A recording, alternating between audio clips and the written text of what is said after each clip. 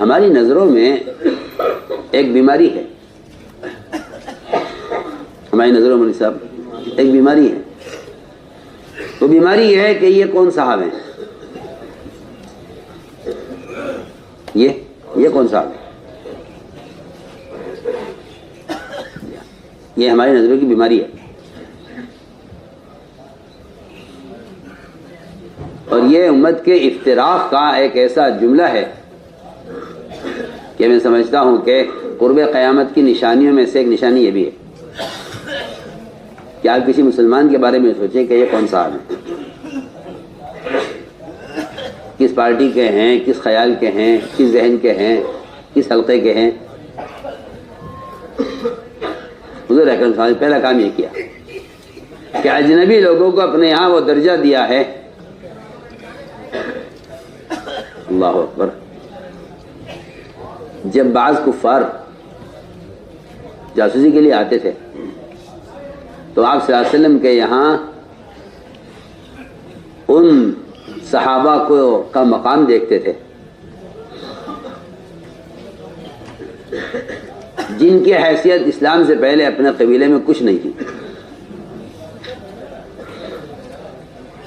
حضور اکرم صلی اللہ علیہ وسلم نے حضرت عباس سے کہا تھا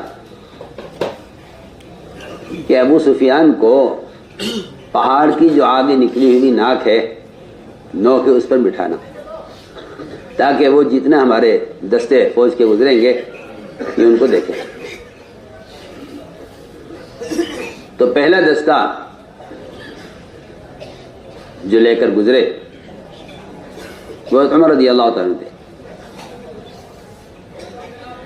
تو ابو سفیان نے دیکھ کر یہ کہا عباس یہ عمر ہے جو اتنا بڑا فوج کا دستہ لے کر اور ان کا امیر بن کر چل رہا ہے، اس کی تو ہمارے زمانے میں کوئی حیثیت نہیں تھی، اس کو محمد نے کہاں پہنچا دیا. یہ میں ایک مثال اس کی دے رہا ہوں آپ کو کہ یہ تو ہمارے زمانے میں ہمارے مشہور تھا کہ اگر کوئی اونٹ اسے دیا جائے گا تو یہ اس اونٹ کو بھی ضائع کر دے گا، اس کی صلاحیت اونٹ چلانے کی بھی نہیں ہے. لیکن ان کے یہاں آ کر یہ آدمی اتنے عزت والا بن گیا.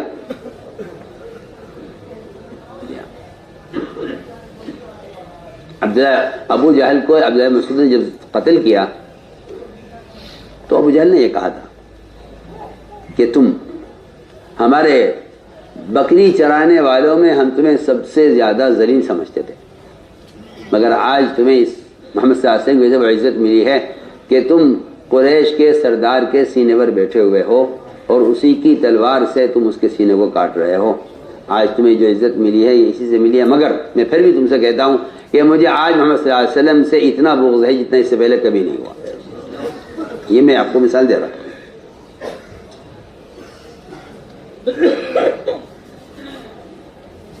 میری بات بہت توجہ سننی پڑے گی کہ حضور اکرم صلی اللہ علیہ وسلم کے یہاں جو سب سے بنیادی کام ہوا ہے وہ یہ کہ آپ نے اجنبی لوگوں کو اپنے یہاں درجہ اور مقام دیا ہے. یہ ہے امت بنانے کا اصول اور طریقہ.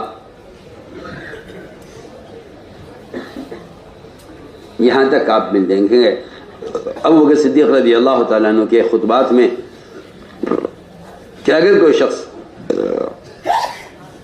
کسی کو امیر بنانے کی رائے دیتا ہے اپنے ذاتی تعلق کی بنیاد پر تو اللہ تعالیٰ اس کے نہ فرض قبول کریں گے نہ نفل قبول کریں گے، فرشتے اور مسلمان پر لعنت کریں گے اور اللہ ایسے لوگوں کو اوندھ منہ جہنم میں ڈالیں گے. سوچیے. میں سمجھتا ہوں کہ ابو بکر صدیق رضی اللہ تعالیٰ عنہ کا یہ جملہ اللہ اکبر، میں سمجھتا ہوں کہ یہ امت کے بنانے کا ایک ایسا بنیادی اصول ہے کہ اگر تم نے یہ دیکھا کہ یہ آدمی اپنا ہے، اس کو منصب دے دیا جائے یا اس کو عہدہ دیا جائے تو پھر اس سے فرقے بنیں گے، امت نہیں بنے گی۔ میں آپ سے بہت ہی گہری مثال عرض کر رہا ہوں کہ اگر کوئی شخص دین کی کسی بھی ذمہ داری میں اپنے تعلقات کی بنیاد پر کسی کو آگے بڑھاتا ہے تو اس کا مطلب یہ ہے، یہ جو سخت بات فرمائی ہے کہ اللہ تعالیٰ ان کے فرائض، ان کے نوافل قبول نہیں کریں گے، اور ملائکہ سے لے کر مسلمان تک صرف لعنت کریں گے، اور اللہ اس کو اندھے منہ جہنم میں ڈالیں گے۔ اس کی اتنی سخت بات کی کیا وجہ ہے؟ کہتے ہیں ان سخت بات کی وجہ یہ ہے کہ اس سے فرقے بنیں گے، امت نہیں بنے گی۔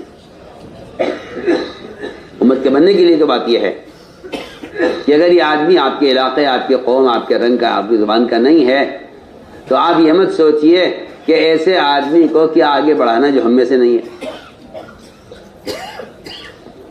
جو ہم میں سے نہیں ہے۔ اپنے آدمی کو آگے بڑھاؤ تو کل کو آپ کے سپورٹ ملے گی، کل کو آپ کی مدد ہوگی، کل کو آپ کے ساتھ دینے والے لوگ ہوں گے۔ میں آپ سے کہنا چاہتا ہوں، یہ بات کفار کہا کرتے تھے کہ محمد نے باہر کے لوگوں کو جمع کیا ہے، اگر ہمیں ساتھ رکھتے تو ہم ان کی مدد کرتے۔ انہوں نے اوباش لوگوں کو ساتھ رکھا ہے اپنے، یہ سب باہر کے ادھر ادھر کے لوگ جمع کیے ہیں، جی ہاں، ان کو اوباش کہتے تھے، ان کو اوباش کہتے تھے۔ یعنی میں آپ سے کہنا چاہتا ہوں کہ اجنبی لوگوں کو آگے بڑھانا اور ساتھ لینا، اس پر اشکال کفار کو ہوتا تھا، اس پر اشکال اعتراض۔ پڑھیے، آپ روایت پڑھیے، آپ سیرت پڑھیے تو آپ کو پتہ چلے۔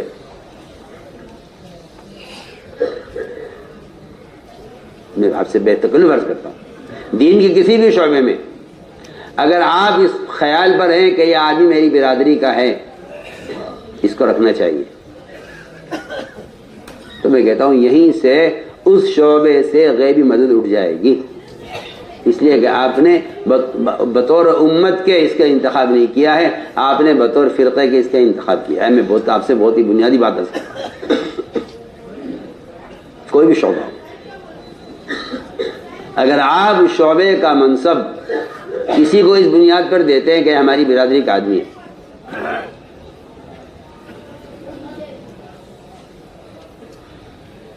اتنا ارادہ بھی وہ اللہ کی غیر مدد کو روک دے گا۔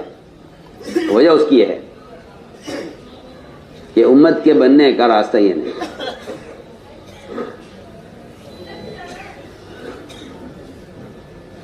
تو میں نے عرض کیا کہ حضور اکرم صلی اللہ علیہ وسلم نے جو سب سے بڑا کارنامہ انجام دیا ہے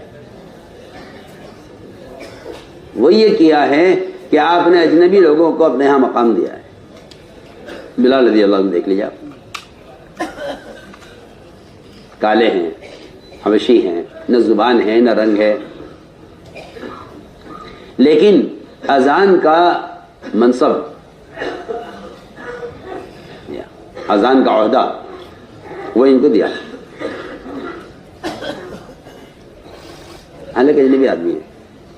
جبکہ عمر رضی اللہ تعالیٰ عنہ اور حضرت علی رضی اللہ تعالیٰ عنہ حسنین کے لیے اور عمر اپنے لیے مؤذن بننا پسند کرتے تھے، چاہتے تھے کہ ہمیں مؤذن بنایا جائے۔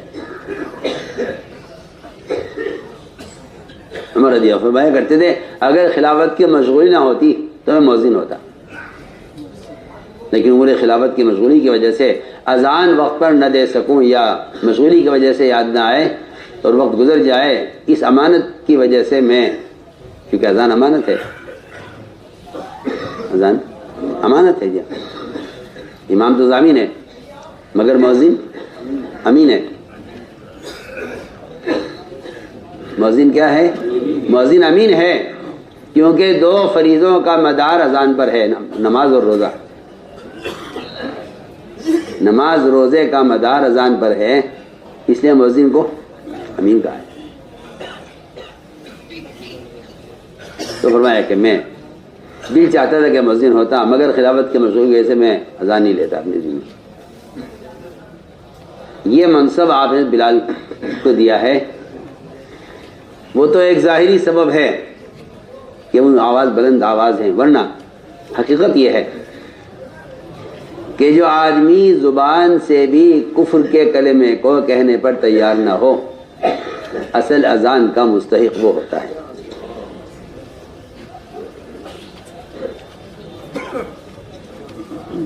ہم تو ایسا مؤذن تلاش کرتے ہیں جس کی آواز اچھی ہو، حالانکہ اچھی آواز کا مؤذن ہونا کہیں ثابت نہیں ہے۔ اچھی آواز کا مؤذن ہونا کہیں ثابت نہیں ہے۔ حدیث میں اندھا سوتن ہے، آسن سوتن نہیں، اندھا سوتن، جی ہاں، کہ بلند آواز ہو۔ اور میں سمجھتا ہوں کہ بلند آواز ایک ظاہری سبب ہے کہ لوگوں تک آواز پہنچے، لیکن بلال رضی اللہ تعالیٰ عنہ کا اللہ تعالیٰ کی توحید پر جمنے میں جو تکالیف انہوں نے برداشت کی ہیں، جبکہ باقی جو کفار ہوتے تھے وہ کفریہ کلمات زبان سے کہہ کر جان بچا لیا کرتے تھے، جتنا جو کافر ان سے کہا کرتے تھے وہ اس کا اعتراف کر لیا کرتے تھے، دل ان کا مطمئن ہوتا تھا ایمان کے ساتھ، زبان سے کفریہ کلمہ کہہ کے چھٹی ہو جاتی تھی۔ ان کے ساتھ دو مسئلے تھے، ایک تو ان کا کوئی قرابت دار نہیں جو ان کو بچائے، اجنبی آدمی ہے، اور دوسری بات یہ تھی کہ یہ زبان سے بھی کفریہ کلمہ کہنے پر تیار نہیں ہوتے تھے۔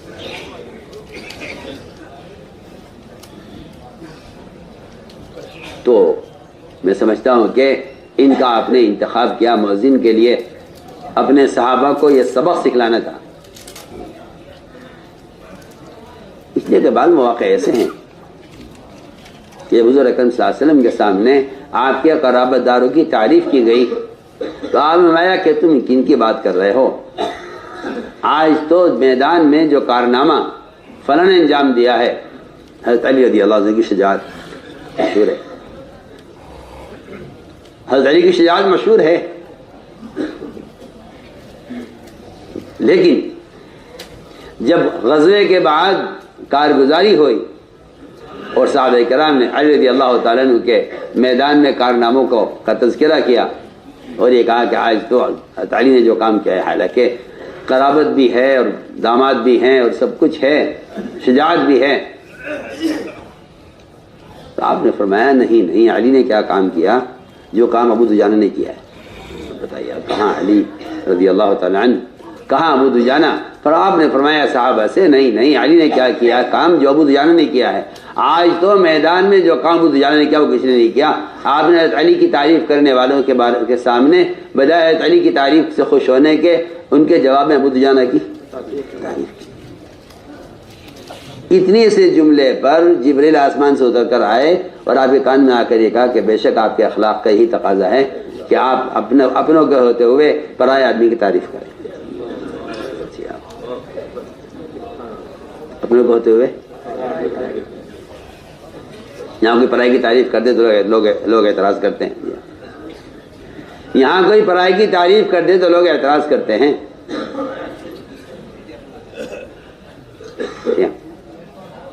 اور وہاں جی ہاں قرابت بھی ہے، داماد بھی ہیں، اور جو ان کی شجاعت ہے وہ ثابت ہے۔ سوچیے آپ، ان کے مقابلے ابو دجانہ کی تعریف ہو رہی ہے، اس پر اللہ کی طرف سے جبرائیل آئے اتر کر اور کان میں آ کر کہا آپ کے کہ بے شک انک لعلی خلق عظیم، کہ آپ کے اخلاق ایسے ہی اونچے ہوتے ہیں کہ آپ پرائے لوگوں کی تعریف کرتے ہیں اور اپنوں کی آپ نے وہ بات کو ختم کر دیا اور پرائے کی تعریف کر رہے ہیں۔ میں نے عرض کیا کہ یہ ایک بنیادی چیز ہے، حضور اکرم صلی اللہ علیہ وسلم نے اجنبیوں کو اپنا یہ مقام دیا ہے، اجنبیوں کو آپ نے یہ مقام دیا ہے، اور اس بات پر آپ صلی اللہ علیہ وسلم نے اپنے گھر والوں کی اس بنیاد پر تربیت کی ہے۔ ہاں، یہ نہیں کہ صرف اپنی ذات کا آپ کا فعل تھا، نہیں، بلکہ آپ نے اپنے گھر والوں کی اس بنیاد پر تربیت کی ہے کہ تم اجنبیوں کے مقام کو سمجھو، اجنبیوں کے مقام کو سمجھو۔ سوچیے آپ،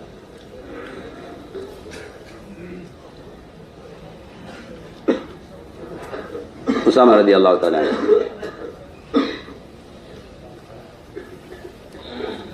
بد شکل بد رنگ مدینہ منورہ آئے تو چیچک نکل آئی. کیا نکل آئی؟ چیچک. اس سے چہرہ اور بد شکل ہو گیا. تو داخل ہو رہے تھے آپ کے حجرہ مبارک میں، پیر اٹکا، ٹھوکر لگی چوکھٹ میں اور زمین پہ گرے، ان کی پیشانی پر زخم آ گیا. پیشانی پر زخم. اب ایک آدمی ہے، بچہ ہے کوئی کسی کا، نہ ہمارے علاقے کا ہے، نہ ہماری قوم کا ہے، نہ ہماری زبان کا ہے، نہ ہمارے رنگ کا ہے، اور آ گیا، گر گیا. کیا بات ہے؟ عائشہ سے کہا عائشہ جلدی اٹھو اور اس کا منہ صاف کرو، اس کی ناک صاف کرو، اس کا خون بہ رہا ہے، اسے صاف کرو. حضرت عائشہ کہتی ہے مجھے گھن آئی کہ اس کی ناک میں کیسے صاف کروں گی، اور میں اس کا منہ کیوں صاف کروں، میں اس کا خون کیوں صاف کروں. آپ اٹھے اور آپ صلی اللہ علیہ وسلم نے اپنے ہونٹوں سے ان کے زخم کا خون چوسا. حضرت عائشہ کو دکھلانا چاہتے تھے کہ ہمارے یہاں ایک اجنبی بچے کا یہ مقام ہے. تو آپ ان کے زخم سے خون چوستے تھے اور باہر کلی کرتے تھے. یہاں تک کہ اس طرح کرتے رہے آپ جب تک خون نہیں رک گیا. آپ صلی اللہ علیہ وسلم اپنے ہونٹوں سے ان کا خون چوستے رہے، باہر کلی کرتے رہے، یہاں تک کہ خون رک گیا، اور ناک آپ نے اپنے ہاتھ سے صاف کی. حضرت عائشہ کہتی ہیں آپ سب کچھ مجھے دکھلانے کے لیے کر رہے تھے. حضرت عائشہ خود فرماتی ہیں کہ مجھے یہ منظر آپ دکھا رہے تھے. کہتی کہ اس کے بعد پھر میرے دل میں اس کی طرف سے اجنبیت یا غیریت یا یہ کہ یہ کون ہم کون، یا ان کا کیا درجہ ہمارا کیا درجہ، میں بیتقل آپ سے عرض کرتا ہوں. فرماتے تھے امت میں جتنی خریزیاں ہیں یہ ساری خریزیاں اونچ نیچ کی وجہ سے ہیں اور کچھ نہیں. ساری خریزیاں، سارا اختلاف، سارے جھگڑے امت میں صرف اس کی ہے، اس لیے کہ ہم کہاں، یہ کہاں، ہمارا درجہ ان کا درجہ. جی ہاں. تو میں نے عرض کیا کہ آپ صلی اللہ علیہ وسلم نے پہلا کام یہ کیا ہے کہ امت کے درمیان کے طبقاتی فرق کو ختم کیا. امت کے درمیان طبقاتی فرق کو آپ نے ختم کیا کہ امت بنے. تو کہیں برادری کی بات آ جائے گی، کہیں رنگ کی بات آ جائے گی، اور کہیں زبان کی بات آ جائے گی. ہم اہل زبان ہیں، ہم اہل زبان ہیں. ایک حلقے میں سہیل، سلمان، بلال رضی اللہ عنہ اجمعین اور دوسرے کچھ اوس و خزرج کے لوگ بیٹھے ہوئے تھے. معاذ بن جبل رضی اللہ تعالیٰ عنہ اسی حلقے میں تھے. قیس بن مطاطیہ نے آ کر یہ کہا، خزرج کے تھے، انہوں نے کہا بھائی تم لوگ تو یہاں کے ہو نہیں، باہر سے آئے ہو، تمہاری زبان بھی ہماری زبان نہیں ہے، تو تم محمد صلی اللہ علیہ وسلم کی اس دعوت کے فریضے میں وہ مدد نہیں کر سکتے. تمہاری کیونکہ زبان نبی کی زبان کے مطابق نہیں ہے، دو مدد ہم کر سکتے ہیں کیونکہ ہم ان کی زبان والے ہیں، تم ان کی زبان والے نہیں. یہ جملہ کہہ دیا قیس بن مطاطیہ نے، اور اس پر ان حضرات کی تحقیر کی اور یہ کہا کہ تم کام کے اہل نہیں ہو، تو تم وہ کام نہیں کر سکتے جو ہم کر سکتے ہیں، کیونکہ ہماری زبان نبی کی زبان ایک ہے، تمہاری زبان نبی کی زبان سے نہیں ہے. اس پر معاذ بن جبل رضی اللہ تعالیٰ عنہ نے اس بات کو محسوس کیا اور یہ کہا کہ ایسی بات کہنا کسی اجنبی کے لیے یہ تو ہرگز مناسب نہیں ہے کہ یہ اپنی زبان کی وجہ سے ان کو حقیر سمجھتے ہیں، کیونکہ ان کی زبان عربی زبان نہیں ہے اور ہماری زبان عربی زبان ہے. چنانچہ روایت میں ہے کہ معاذ بن جبل کو اتنا غصہ آ گیا کہ انہوں نے قیس بن مطاطیہ کا گریبان پکڑا اور کھینچ کر لے گیا آپ کی خدمت میں. تو جا کر کے کہ رسول اللہ اس نے ان بیچارے بسطائے صحابہ سلمان، صہیب، بلال اجنبی لوگ ہیں باہر کے آئے ہوئے، ان سے یہ کہا ہے کہ تم اس کام کو کیا کرو گے جو ہم کریں گے، تو تمہاری زبان نبی کی زبان میں تو فرق ہے، یہ تو ہماری زبان ہے، ہمارا کام ہے. آپ کو اس بات پر اتنا غصہ آیا کہ آپ سیدھے گئے ممبر پر اور آپ نے بیان کیا ممبر سے اور ممبر کے سامنے حضرت معاذ رضی اللہ تعالیٰ عنہ کیسی نے بتا دیا کہ گریبان ایسے پکڑے کھڑے ہوئے تھے، ایسے ہی پکڑے کھڑے.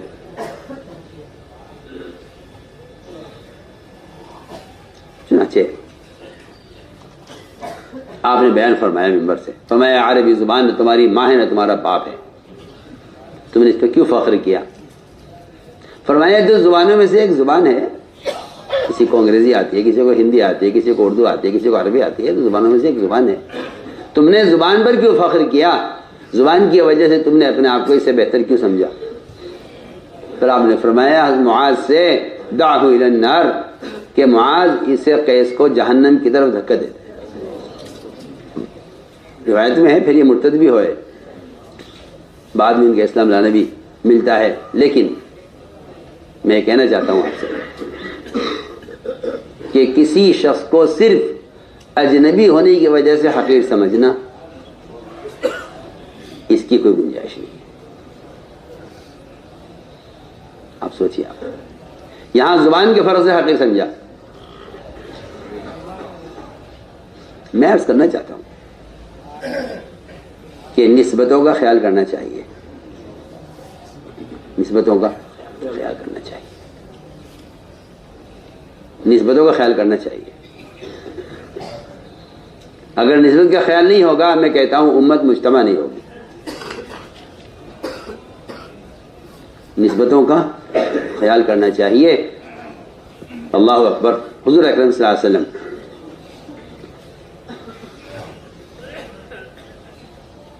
نسبت کا کتنا خیال کرتے تھے، اور آپ کی بات کے آپ کے خلفاء نے کیا نسبتوں کا خیال کیا ہے. اللہ اکبر.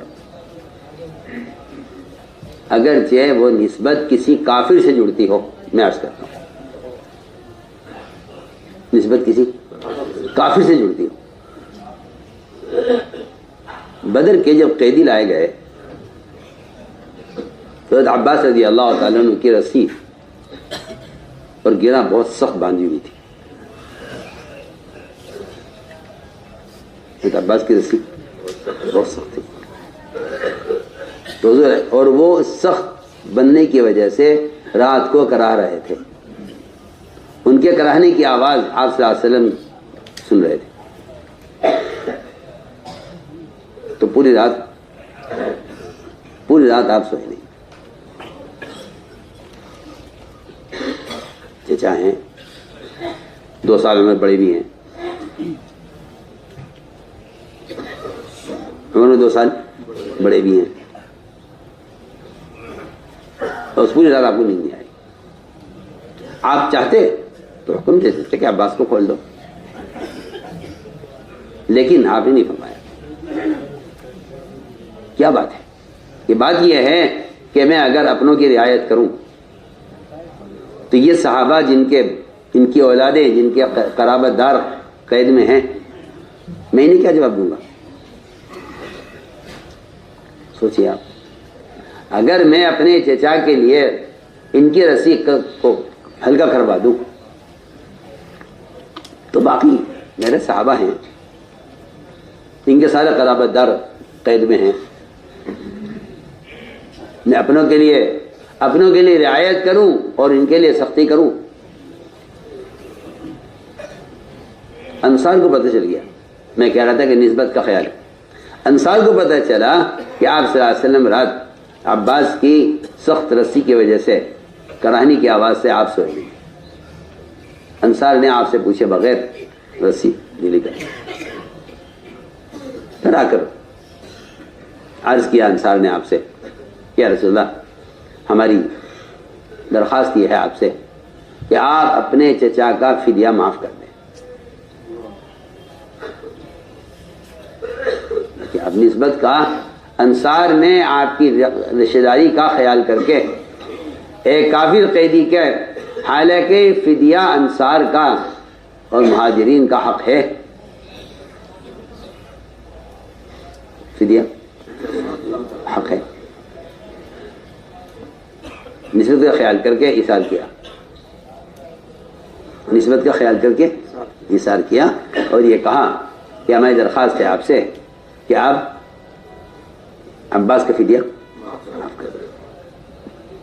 تو آپ نے فرمایا جواب میں کہ 1 درہم بھی معاف مت کرنا. 1 درہم بھی کم نہ کرنا عباس کے فدیے سے. سوچیے آپ, 1 درہم بھی کم نہ کرنا عباس کے فدیے سے, 1 درہم بھی کم نہ کرنا.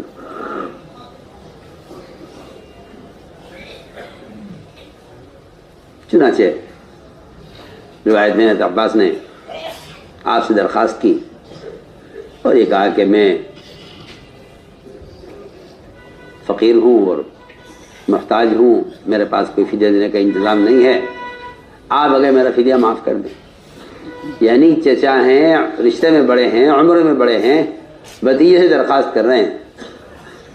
آپ نے فرمایا عباس تم نے ام الفضل نے چھپ کر جو سونا دفن کیا تھا مکے میں اس سے دے دو نا فدیہ.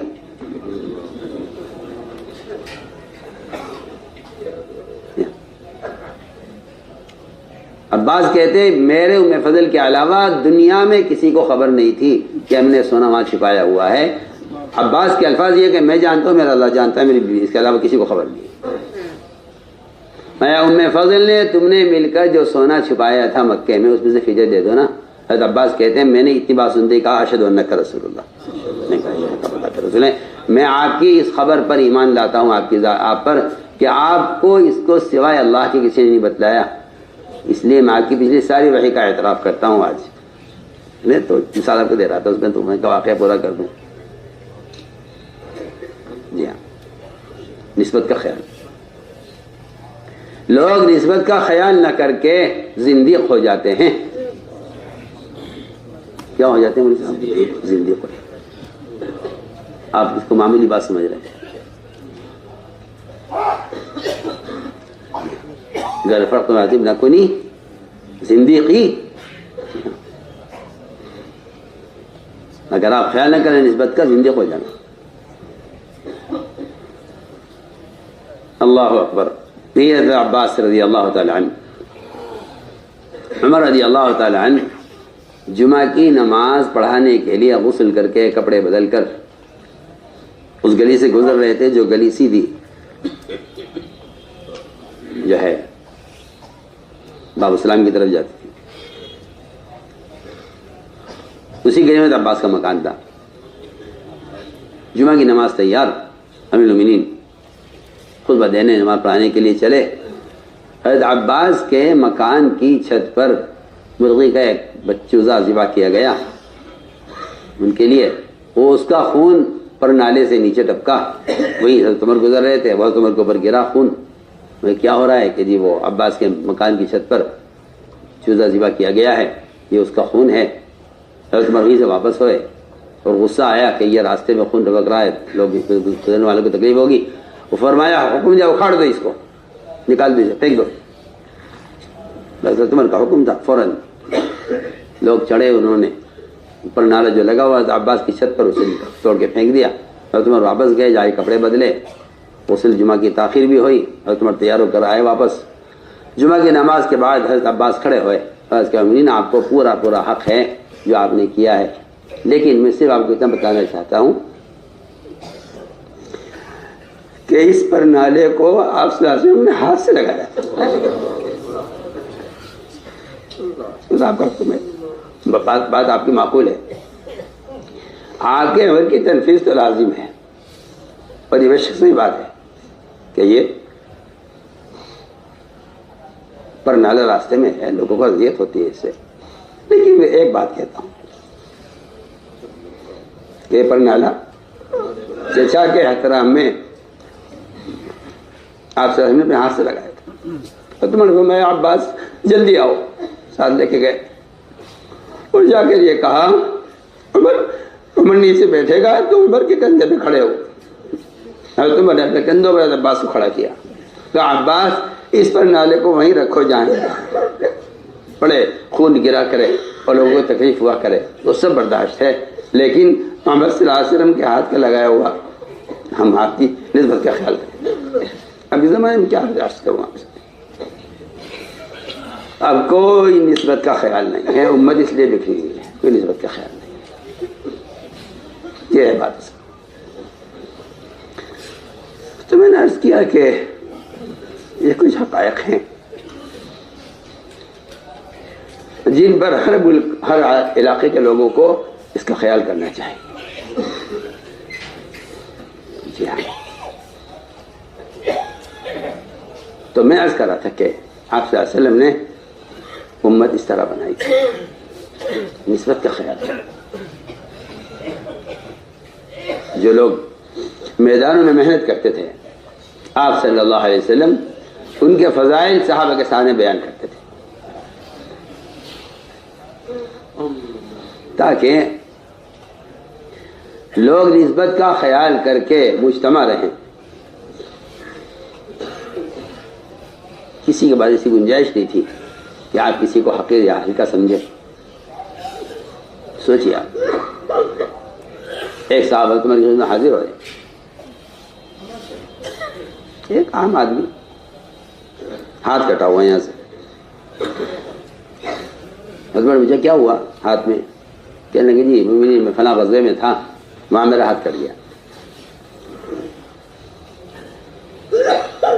غزوے میں ہاتھ کٹ گیا تھا.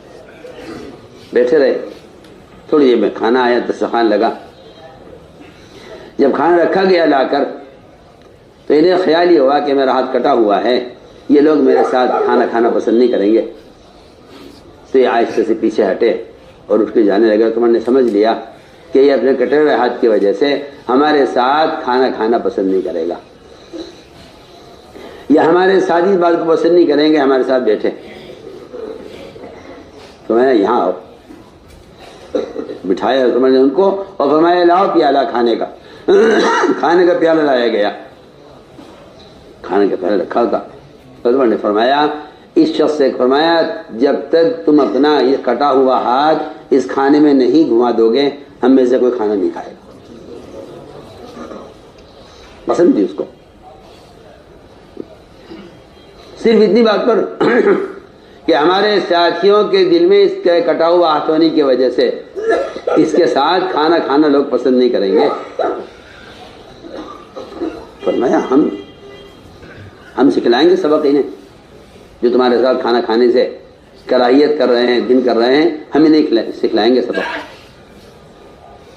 چنانچہ روایت میں ہے حضرت نے حکم دیا کہ جب تک تم اس کھانے میں اپنا کٹا ہوا ہاتھ نہیں گھما دو گے ہم میں سے کوئی کھانا نہیں کھائے گا.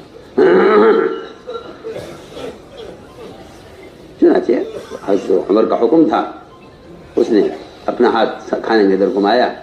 میں سب کو حکم دیا اس میں سے کھاؤ. یہ سوچنی ہے کتنی طبیعت میں کراہیت ہوگی. ظاہر بات ہے کوئی ہاتھ میں سے کوئی خون نہیں بہ رہا تھا ورنہ تو کھانا ناپاک ہو جاتا، لیکن ہاتھ کٹا ہوا تھا. فرمایا کہ تم یہ سمجھتے ہو کہ تمہارا ہمارے یہاں کوئی مقام نہیں ہے، یہ تمہارے ہاتھ کٹنے کی وجہ سے کھانا پسند نہیں کریں گے، تو میں ہاتھ اس میں گھماؤ گے تب ہم کھائیں گے اس کو. تو میں نے عرض کیا کہ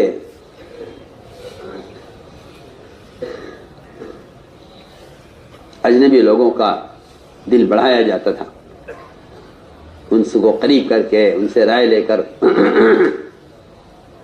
یہ ایک مستقل کام تھا، یہ ایک مستقل ایک کام تھا. یہی وجہ ہے میں سمجھتا ہوں کہ بہت سے صلاحیتوں والے اجنبی ان کی صلاحیت ضائع ہو جاتی ہے، اس لیے کہ مشورے میں یہ دیکھا جاتا ہے کہ بھئی ہمارے متعلقین کون ہیں، پرانے کون ہیں. جبکہ آپ غور کریں گے کہ حضور اکرم صلی اللہ علیہ وسلم بعض مرتبہ ایک اجنبی آدمی کو آگے بڑھا دیا کرتے تھے. پرانوں کے ہوتے ہوئے بعض نئے لوگوں کو آگے بڑھایا ہے، بعض نئے لوگوں کو آگے بڑھایا ہے ان کی صلاحیت کی وجہ سے.